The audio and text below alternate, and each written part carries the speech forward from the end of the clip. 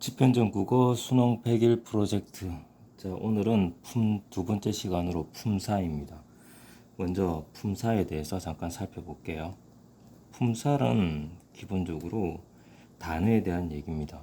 그래서 단어가 뭔지 먼저 잠깐 얘기하겠습니다. 단어라고 하는 말은 이렇게 쓰거든요. 이게 홀로 단자입니다. 그리고 말씀 멋자죠. 다르게 말하면 홀로 쓰일 수 있다. 결국 자립해서 쓰일 수 있다라고 하는 말입니다. 이거를 홀로 쓰일 수 있는 말.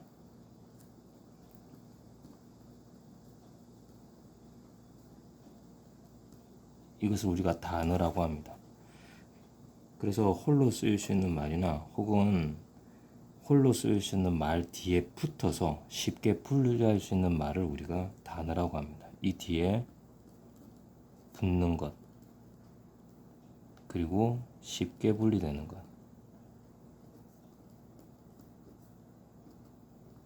예를 한번 들어볼게요. 단어 중에서 아버지라고 한번 해봅시다. 아버지라고 하는 단어가 있으면 아버지는 하나의 의미를 전달하는 홀로 쓰일 수 있는 단어입니다. 아버지께서라고 해보죠. 아버지께서.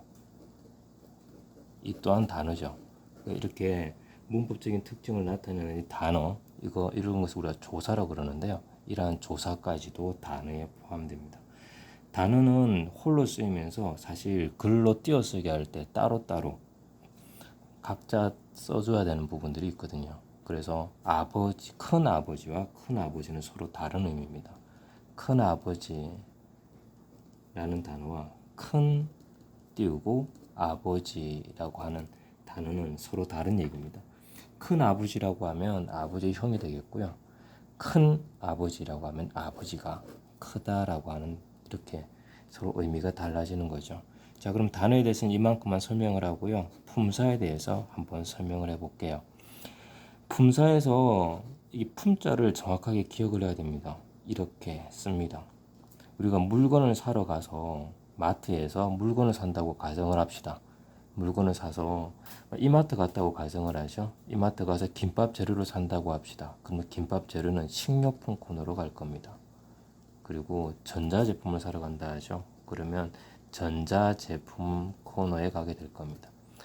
그리고 가전제품을 사러 가게 되면 가전제품 코너에 가게 될 겁니다. 여기에 나와 있는 품자요. 이거하고 똑같습니다. 사자는 이렇게 쓰거든요. 사자는 이렇게 써서 이것이 말사자라고 합니다. 이 말사가 다르게 말하면 각각의 먹고 그리고 마시는 것들을 모아놓은 것, 식료품 코너에 있죠. 자, 전기로 이루어진 물건들을 모아놓은 것, 전자제품 코너에 있고, 집에서 사용되는 전자제품을 모아놓은 것, 전자제품 코너에 있을 겁니다. 말도 똑같습니다. 이게 말사자거든요. 이게 물건 품자입니다. 그래서 품사라고 하는 말은 말을 같은 성격이 있는 것끼리 물건처럼 묶어 놓은 것을 우리는 품사라고 합니다. 자, 그러면 품사는 몇 가지 틀로 분류가 되더라는 거죠. 먼저 첫 번째 거 잠깐 살펴볼게요. 품사를 살펴보니까 형태가 변하는 것이 있고 변하지 않는 것이 있다는 것을 알게 됩니다. 먼저 형태가 변한다. 이걸 갖다가 변한 것이 가능하다라고 해서 가변어라고 합니다. 그리고 형태가 변하지 못한다, 변하지 않는다고 해서 불변어라고 합니다. 가변어와 불변어로 먼저 품사를 크게 한번 나눠본 거예요. 밑에 한번 써볼게요.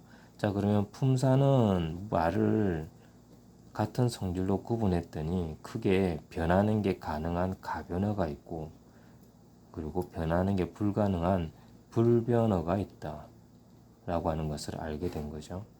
여기서 몇 가지 나눕니다. 자, 그러면 불변의 예를 한번 들어볼게요. 철수라는 사람이 있다고 합시다. 그럼 철수라는 이름이죠. 이름을 명사라고 합니다. 철수를 그라고 대변해서 대신 말을 할 수 있을 겁니다. 그러면 철수를 그라고 하면 명사를 대신해서 쓰인다 해서 대명사라고 합니다. 그리고 철수가 학교에서 1번이라고 합시다. 그럼 1번 이렇게 하게 되면 철수를 말하는 거죠. 이것을 수사라고 합니다.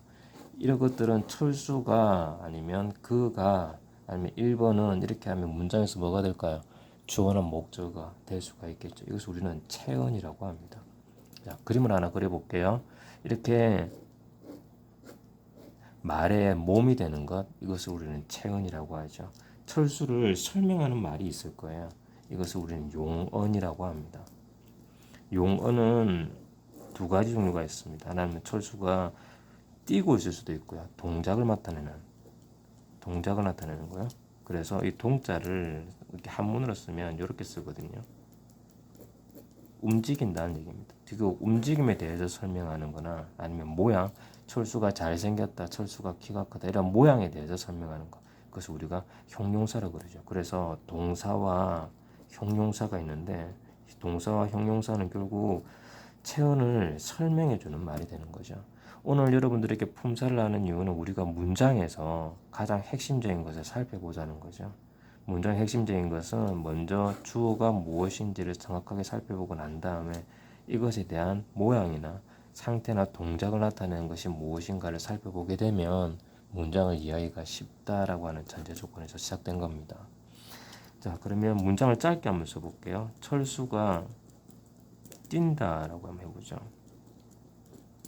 너무 밋밋하죠. 철수를 설명해주는 말이 있을 겁니다. 이것을 우리가 문장에서는 관형사라고 합니다. 관형사 그 형태에 대해서 설명하는 그 앞에 붙은 거예요. 다른 여기서 사람이 모자를 쓰고 있다고 하죠. 관자가 각관자거든요. 체언이라고 하는 모습 그 앞에 붙여서 그 내용을 설명한다라고 해서 관형사라고 이름을 붙였습니다.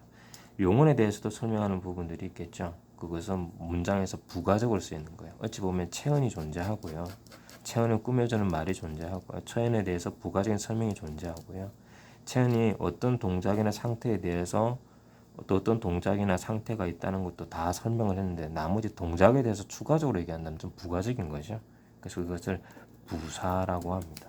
그래서 부사까지 써서 관형사는 체언을 꾸며줍니다. 관형사는 명사를 꾸며주기도 하고 대명사를 꾸며주기도 하고 수사를 꾸며주기도 합니다. 그리고 용언을 잠깐 살펴볼까요? 용언 동사와 형사를 꾸며주는 것이 부사라고 합니다. 이것을 이렇게 꾸며줍니다. 그래서 이것을 우리가 뭐냐 그러면 수식해준다. 그래서 수식언이라고 합니다. 자, 그러면 이까지 해서 이거하고 전혀 상관없는 말이 하나 쓰였다고 하죠. 와, 철수가 뛴다라고 한번 해봅시다. 그러면 와라고 하는 것은 이 문장과 전혀 상관없이 독립된 거잖아요. 이것을 우리가 독립언이라고 합니다. 이 독립언에는 예를 들어서 감탄사 같은 것이 있는 거죠. 지금 이거 보면 문장을 이렇게 좀 추가해서 한번 적어볼게요. 와, 잘생긴 철수가 빨리 뛴다. 자, 그러면 철수가라고 하는 부분은 이 부분이죠. 체언입니다. 그리고 뛴다라고 하는 부분들은 어느 부분이 될까요? 용언이 되겠죠. 그리고 잘생긴 이거는 관형사로서 이렇게 체언인 명사를 꾸며줍니다. 빨리라고 하는 부분은 다시 또 뛴다라는 걸 꾸며주죠. 와라고 하는 부분은요. 여기서 문장에 완전히 와라는 의미가 없어도 단어가 없어도 의미는 정확하게 전달되잖아요. 그래서 이 문장과 완전히 독립적으로 쓰인다고 해서 독립언으로 감탄사가 쓰입니다. 자, 그러면 한 개가 더 있어요. 지금 보면 감탄사 하나, 관사 둘, 셋, 넷, 다섯, 여섯, 일곱, 여덟. 근데 국어에는 모두 구품사가 쓰이거든요. 자, 구품사에서 한 개가 빠졌어요. 뭘까요? 여기서는 가입니다. 짧은 영어 하나를 한번 적어볼게요. 자, 이거를 갖다 영어로 영작을 하면 어떻게 될까요? 나는 너를 사랑한다. 영어로 하면 I love you가 될 겁니다. 근데 다른 말을 또 한번 해볼까요? 너를 나는 사랑한다. 영어 영작하면 뭐가 될까요? 똑같이 I love you가 될 겁니다. 이렇게 또 다르게요. 사랑한다. 나는 너를. 의미 전달에는 문제가 없습니다. 똑같이 I love you가 됩니다. 너를 사랑한다. 나는. 똑같죠? I love you가 될 겁니다. 사랑한다. 너를 나는. 똑같이 I love you가 될 겁니다. 국어에서와 달리 영어에서 주어가 되려면 맨 처음에 와야 되잖아요. 근데 국어는 이거와 전혀 성격이 다릅니다. 여기에는 붙는 는이 되면서 주어가 된다고 보는 거죠. 그리고 럴이 붙으면서 는이 붙으면서 주어가 되고요. 럴이 붙으면서 목적어가 된다고 생각을 하는 겁니다. 자, 그래서 이렇게 이 안에 문장에서 문법적인 관계를 나타내는 말이 있거든요. 이것을 우리가 조사라고 합니다. 그래서 가는 조사로 쓸 거라죠. 조사가 있습니다. 조사는 문법적인 관계를 나타낸다라고 보는 거죠. 뭐 조사는 보조사도 있고요, 격조사도 있는데 조사를 이해하기 위해서 격조사에 대한 설명을 하는 문장을 한번 풀어보죠. 격조사는 무슨 말일까요? 문장에서 문장에서 이, 가, 에서, 깨서 우리가 주격조사잖아요. 주격조사는 결국 문장에서 주어라는 자격을 부여하는데 도를 조자거든요. 뭐 조수, 조교 이렇게 쓰죠. 그래서 문장을 보조한다 이렇게 많이 쓰잖아요. 그래서 문장에서 문법적인 자격을 부여하는데 도움을 주는 말을 우리가 조사라고 합니다. 지금까지 모두 구품사를 잠깐 살펴봤어요. 이 내용을 잠깐 볼게요. 구품사에 어떤 것들이 있는지 다시 한번 살펴봅시다. 먼저 품사라고 하는 거는 말을 그 성격에 따라서 서로 분류해 놓은 건데 나눠보니까 변하지 않는 것이 있고 변하는 것이 있더라. 변하지 않는 것에는 명사, 대명사, 수사처럼 주어와 목적으로 쓰이는 것이 있고 이를 설명하는 것으로 동사와 형용사가 있더라. 근데 체언이라고 하는 명사, 대명사, 수사를 설명하는 걸로 관형사가 있고 동사와 형용사 이것을 설명하는 걸로 부사가 있더라. 자, 이런 문장 성분에서 문법적인 관계를 나타내는 것이 조사가 있더라. 그리고 이 문장과 독립적으로 쓰이는 말인데 그걸 예로서 감탄사가 있더라. 이렇게 살펴볼 수가 있습니다. 그래서 살펴보니까 하나, 둘, 셋, 넷, 다섯, 여섯, 일곱, 여덟, 아홉. 그래서 국어에서 모두 기본적으로 구품사가 쓰인다고 보는 거죠. 각각의 내용들에 대해서 추가적으로 들어갈 겁니다. 근데 들어가기 전에 먼저 이것은 명확하게 정리해 놓고 가야 됩니다. 이것을 왜 수업하냐면요. 자세히 봅시다. 우리는 문장에서 주어와 주어에 대한 상태와 모양에 대한 내용을 설명을 문장에서 많이 보게 됩니다. 문장에서 볼 때 무엇부터 본다고요? 체언이 뭔지부터 찾는다고요. 주어와 목적을 정확하게 찾은 삶에 그 다음에 그것의 상태나 모양 등을 정확하게 이해하고 그리고 그것이 다른 것과 구별될 수 있게끔 하는 내용들을 살펴보는 것.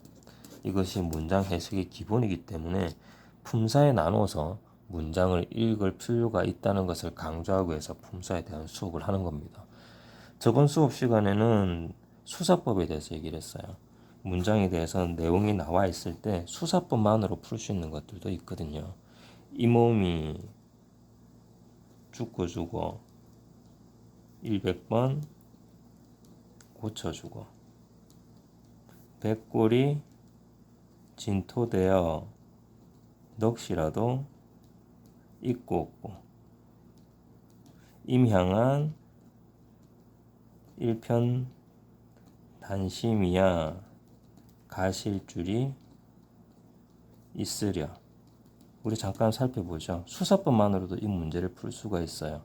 이게 시조라고 하는 것, 이게 단신가라는 걸 모른다 하더라도, 정문적 단신가라는 걸 모른다 하더라도 이 시를 이해하고 풀 수가 있습니다. 죽고 죽어서 100번 고쳐 죽어서 반복이 쓰였다고 보는 거죠. 그리고 열거가 쓰였다고 보는 거죠. 백골이 진토되어서 넋이라도 있고 이 부분에서 또 점층이 쓰였다고 보는 거죠. 그런데 주제가 없어요. 뒤에 서리법으로 있으랴라고 하는 부분으로서 의지적으로 강조하는 부분이 있죠. 이 글의 주제는 이모량한 일편단심이 가실 줄이 없다. 이미 시대적 배경으로 고려라고 본다면 고려에 대한 충절은 변하지 않는다. 이거는 시조가 아니라도 풀 수가 있어요. 수사법은 문장을 이해하고 해석하는데 가장 중요합니다. 그런데 수사법 다음으로 중요하다고 보는 것이 문장에서 품사로서의 그 단어의 역할을 하는 것이 중요하다고 보는 거죠. 수사법과 품사는 단순히 엄매를 한 학생들에게 한정되어서 수업하는 내용이 아닙니다. 이것은 독서 지문에서 지문을 정확하게 이해하는 데 필요해서 하는 거니까 이 부분 정확하게 이해하길 바랍니다. 자, 그러면 여기에 나와 있는 것 중에서요, 꼼꼼하게 몇 가지 부분을 조금 더 들어가 보도록 하죠. 자, 그러면 여기에서 나와 있는 부분들 중에서 몇 가지만 먼저 살펴보겠습니다. 체언이라고 하는 부분부터 한번 살펴보죠. 체언에는 뭐가 있다고 했죠? 명사와 대명사 수사가 있다고 했죠. 체언이 있습니다.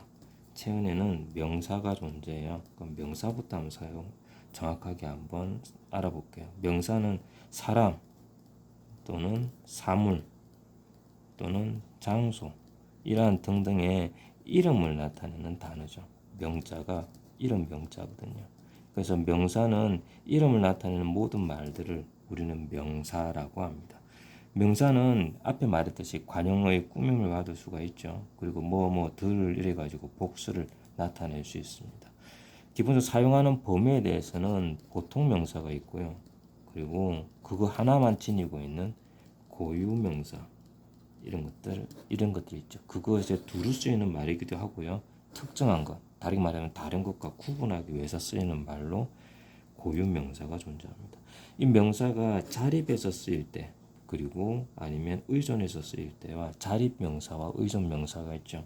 산이 있다, 바다가 있다, 산, 바다, 이렇게 쭉쭉쭉 나가는 많은 단어들 있잖아요. 산, 바다, 하늘, 혼자 쓰일 수 있는 단어, 이걸 우리가 자립 명사라고 하고요. 그리고 의존 명사는 무엇에 붙어, 나는 그것을 하다, 할 뿐, 그리고 거기에는 들 뿐, 산 뿐, 다른 것들은 없다 해서 것, 뿐, 이렇게 딱 붙어 가지고 쓰는 단어들이 있잖아요. 대로, 이거 전부 다 쓰는, 붙지 않으면 그 의미가 없는 거예요. 이걸 갖다 우리가 의존 명사라고 합니다. 명사에서 크게 자립성 유무에 따라서 아니면 의존에 따라서 나와 있는 거는 문장에서는 어떻게 쓰일까요? 자립 명사는 문장 풀이할 때 핵심적인 단어를 찾는 거고요. 의존 명사는 결국 그것을 한정시켜서 뜻을 구체화한다라는 식으로 생각을 하면 독서 지문을 풀이하는데 훨씬 편리합니다. 명사가 있는데 이거 명사를 대신해서 쓴다. 대자가 있습니다.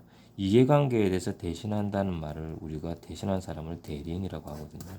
명사를 대신해서 쓴다 해서 대명사라고 합니다. 대명사는 한자로 가끔 몇 가지는 쓸 텐데요. 왜냐하면 그 잘 이해하기 위해서 씁니다. 대명사가 존재합니다. 대명사는 크게 인칭 대명사, 지시 대명사, 그리고 제규칭 대명사, 또 부정칭 대명사, 미지칭 대명사, 여러 가지가 있는데요. 이거 세부적인 것까지는 넘어가지 말고 대명사는 언제 쓰인다? 문장 내에서는 앞에 구체적으로 밝힌 것을 그 뒤에 설명할 때 대명사가 쓰인다라고 이해를 하면 되죠. 인칭 대명사 볼게요. 사람을 대신해서 쓰는 말이죠. 그래서 1인칭, 2인칭, 3인칭, 1인칭은 나, 그리고 2인칭은 너, 3인칭은 그, 이렇게 쓰이는 거고요. 지시 대명사 볼게요. 지시 대명사는 자, 이렇게 쓰거든요.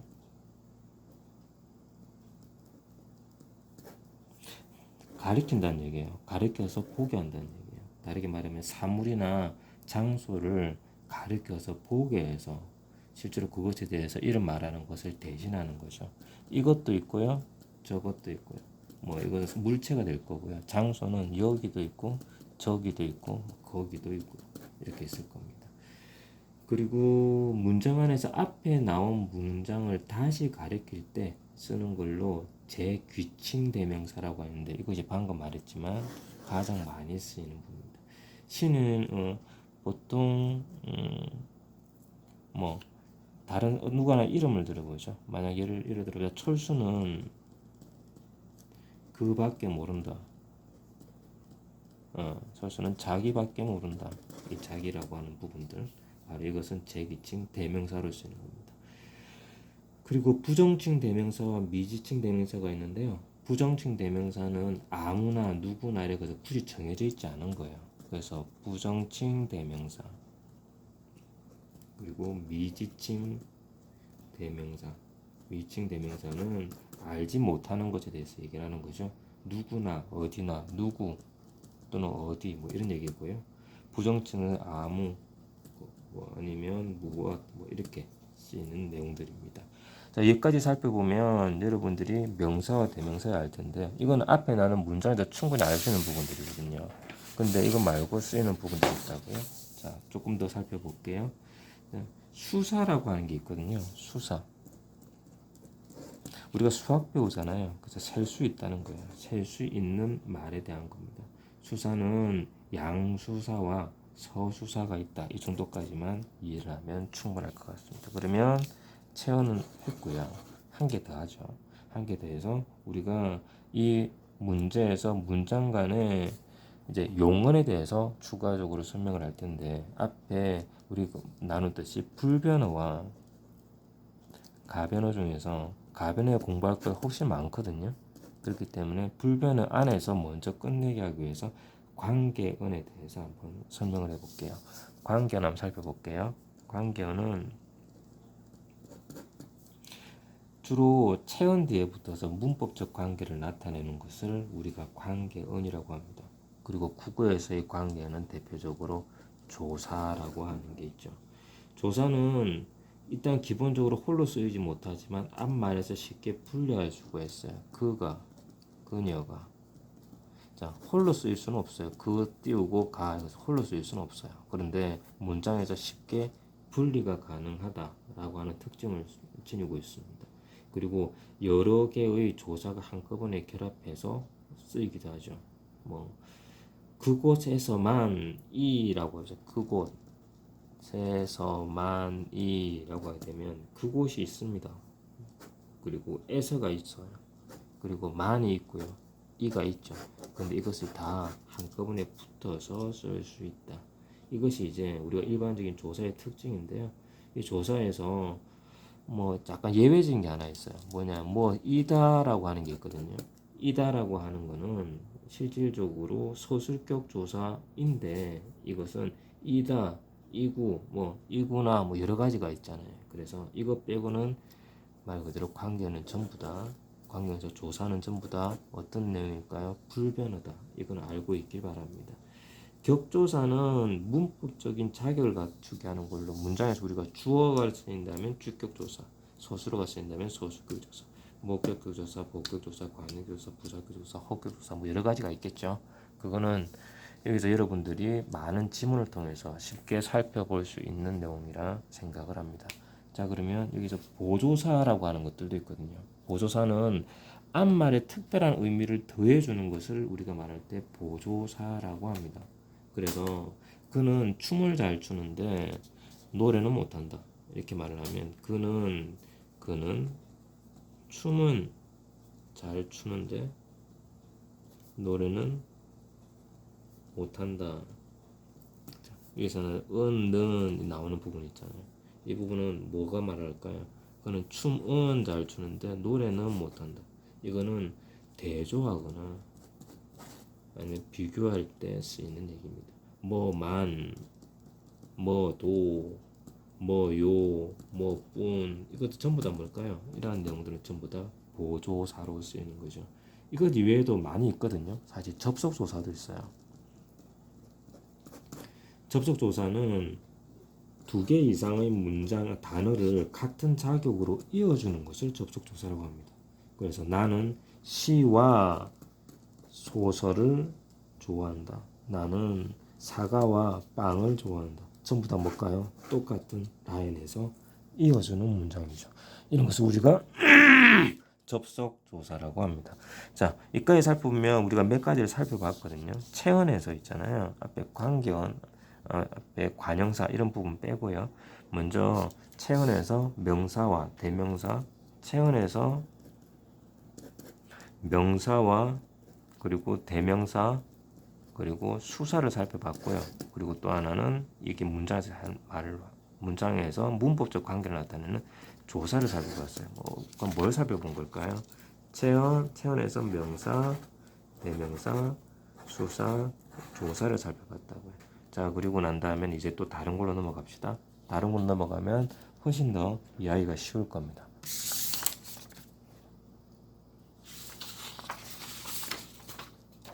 자, 이제 용언으로 넘어가 볼게요. 용언은 이게 쓴다는 얘기거든요. 그래서 쓴다는 얘기로 문장의 주어를 소수라는 기능을 가진 것을 용어라고 썼네요. 자, 용언이라고 합니다. 용언은 어찌하다 또는 어찌되다 그 두 가지 되는 거죠. 뭐 어찌하다, 어찌되다.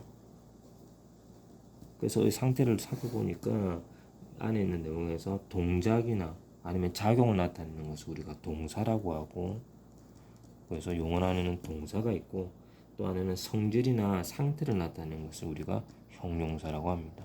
자, 앞에 여러분 기억나나요? 용언은 어떤 부분에 포함한다고 했죠? 가변에서 변합니다. 빠르네, 빠를까, 빠른데 뭐 변하죠. 빠르니 뭐 다 변하잖아요. 이쁘네, 이쁘다, 이쁠까 뭐 전부 다 변하잖아요. 그래서 동사와 형용사는 서로 모양과 상태가 변한다. 여기서 동사에서 자동사와 타동사가 있죠. 지금 분류까지 하니까 이거 부분은 언매 부분에 속한 학생들을 위해서 하는 것도 있고요. 문장에서 구분지어서 하는 게 있습니다. 먼저 잠깐 끊고 나가면 앞부분에서 사용된 이 틀 있잖아요. 이 틀로서 문장을 읽을 때 문장의 정확한 이해를 위해서 주어를 찾기 위해서 이렇게 한다. 그리고 거기다 소수를 찾기 위해서 이렇게 한다. 이렇게 하는 거죠. 자, 자동사와 타동사. 자, 누구누구가 뛴다. 자동사가 되죠. 근데 누구누구를 잡았다. 뭐를 잡았다라고 대상이 필요할 거예요. 그렇게 뭔 대상이 필요한 목적어가 필요한 것을 우리가 타동사라고 합니다. 그 동사는 자동사와 타동사로 나뉜다. 형용사는 그 모양이나 상태를 말하는 것과 그리고 무엇을 딱 지시하는 것. 그래서 성상형용사 그리고 지시형용사로 나뉜다. 뭐 멋지다 아니면 매우 맛있다 뭐 이런 것들을 우리가 성상이라고 하고요. 그리고 앞에는 형용사를 다시 말을 한다 이런 걸 해가지고 우리가 지시 형용사라고 말합니다. 앞에 나온 형용사를 다시 가리킨다. 그러하다, 저러하다 이런 것들을 다 우리가 지시 형용사라고 보는 거죠. 자, 그러면 여기서 용어까지 끝났어요. 용어의 활용은 문법에서 굉장히 많은 학습이 필요한 다른 섹터입니다. 용어에 대한 내용은 공통된 사항이 아니기 때문에 여기까지만 하고요. 용언에서 이제 본용언, 보조용언, 그리고 용언의 변화 이런 것들이 있잖아요. 그런 것들은 따로 수업을 하고요. 지금 용언에서는 동사와 형용사가 있는데 이 동사와 동사에서는 자동사와 타동사가 있다. 타동사가 있으면 그 대상의 목적이 무엇인지 정확하게 살펴보는 게 필요하다. 이 말을 하고 싶은 거고요. 자동사는 짧은 문장에서 서술된 정의를 설명할 때 많이 쓰인다. 이것하고요. 그리고 형용사에서는 성상용사를 다시 한번더 말할 때 지시용사로 쓰여서 지시하는 부분이 어느 부분인지를 명확하게 짚고 넘어가야 된다. 이것을 설명하려고 했습니다. 자, 그러면 수식어에 대해서 얘기를 할까요? 수식어는 두 가지가 있다고요. 수식어는 앞에 말했죠. 앞에는 체언을 꾸며주는 걸로 뭐가 있죠? 관형사가 있었고요. 그리고 뒤에 있는 용언을 꾸며주는 걸로 부사가 있었습니다. 그래서 관형사와 부사에 대해서 살펴보죠. 다른 말을 수식하는 것을 수식언이라고 합니다. 국어에서 기본적으로 수식어는 관형사하고 부사 이게 있다는 거 알아두고요. 어느 섹터에 들어갔죠? 아까 보셨죠? 어느 섹터입니까? 불변어 섹터입니다. 관형사는 성상 관형사, 지시 관형사, 수 관형사 세 가지가 있다는 거. 이거 성상, 지시, 수 관형사 세 가지가 있다는 거 알아두길 바래요. 사실 성질이나 상태를 나타내는 거. 자, 그가 산 새 옷이 무엇이었더라? 옷이 무엇이었더라 물어본다면 새 옷이라고 하게 되면 지금 모양이나 상태에 대해서 말을 하는 거잖아요. 자, 그리고 무언가를 가리킬 때 저 사람들도 착한 사람들이다. 사람들인데 어떤 사람들일까요? 저 사람들을 꾸며주죠. 이거를 지시관형사라고 합니다. 자, 여기에서 모두 몇 명의 사람이 있다. 5 사람이 있다. 5 뭘까요? 사람이 있다. 이 형태로 나눠진 거라고. 자, 그래서 이 정도는 알고 있었으면 좋겠고요. 부사는 용언을 꾸며주는 내용인데 부사의 활용은 굉장히 많습니다. 그래서 성상부사, 지시부사 이 내용은 다 똑같아요. 성상부사와 지시부사를 똑같이. 무서운데 무섭다, 조금 무섭다, 많이 무섭다, 무섭다고 하는 동사를 꾸며주죠. 뭐뭐 해라, 꼭 해라. 자, 이렇게 꾸며줍니다. 그리고 부정부사는 우리가 말할 때 못이라는 단어가 많이 쓰이죠. 못한다, 못하겠다 이렇게 꾸며주는 것. 이거 갖다 지시, 이걸 부정이라고 합니다. 부정부사, 지시부사, 그리고 성상부사라고 하죠. 여기까지만 알아도 충분하지 않을까라고 생각합니다. 독립어는 감탄사가 있다는 거 앞에 설명을 했습니다. 완성된 문장이 있는데 앞에 독립어 감탄사가 있습니다. 자, 앞에 한번 쭉 읽어보면 충분히 알 수 있는 내용인데 이렇게 쭉쭉 얘기하면서 여러분이 몇 가지 단어가 좀 낯설다, 암기하거나 학습하라는 얘기가 아닙니다. 자, 여기에 나와 문장에서 지금까지 했던 내용들을 여러분에게 간단하게 하면 문장에서 쓰이는 단어들은 기본적으로 그 분명한 의미를 지니고 있다는 거죠. 이 의미를 단어를 바탕으로 나누면 문장을 이해하는데 훨씬 편하다고 하는 겁니다. 그래서 국문학에서 말을 할 때 문법적인 내용에서 이렇게 몇 가지 틀로 나눠 놓은 것들이 있는데 그것을 학습하기 가장 좋은 기본적인 틀이 품사라고 하는 거죠. 지금까지 한 내용을 바탕으로 이렇게 스스로 이렇게 쓰고 이렇게 메모를 해가면서 정리를 하게 되면 세부적인 사항은 있더라도 가장 기본적인 사항을 알게 될 거라고요. 그리고 여러분이 이걸 정리하면서 각각의 단어들은 분명한 의미가 있고 문장에서 그 위치에 따라 활용 범위가 정해져 있더라라고 하는 것을 여러분이 인식하게 된다면, 정확하게 알게 된다면 똑같은 문장을 읽을 때 단어의 나열로 읽지 않을 거예요. 어떻게 읽게 되냐면 이 문장 중에서 이 단어가 핵심이고 이 단어를 꾸며주는 말들이 있고 그리고 여기에서 주장하는 바가 있다. 단어에 대한 내용을 이해하고 이것을 표현하는 하나의 포커스를 맞추는 방식으로 수사법을 이해한다면 문장에서 주어를 찾기도 쉽고요. 문장에서 주제를 찾기도 쉽고요. 주제를 설명하기 위해서 강조된 부분을 찾기도 쉽고요. 그리고 단어에 대한 의미도 찾기 쉬울 거라고 생각을 합니다. 찾기 쉽다기보다 더 정확하게 말을 한다면 명확한 의미를 판단할 수 있다고 보거든요. 자, 저번 시간에 했던 건 수사법이었습니다. 이번 시간에 했던 거는 품사였습니다. 이렇게 수사법과 품사에 대한 내용을 여러분 스스로 한번 학습을 하고 이 틀을 바탕으로 짧든 길든 문장의 의미를 정확하게 파악하길 바랍니다. 자, 오늘은 지피현정 국어 수능 100일 프로젝트 두 번째 시간으로 여기 있는 품사를 수업했습니다. 고맙습니다.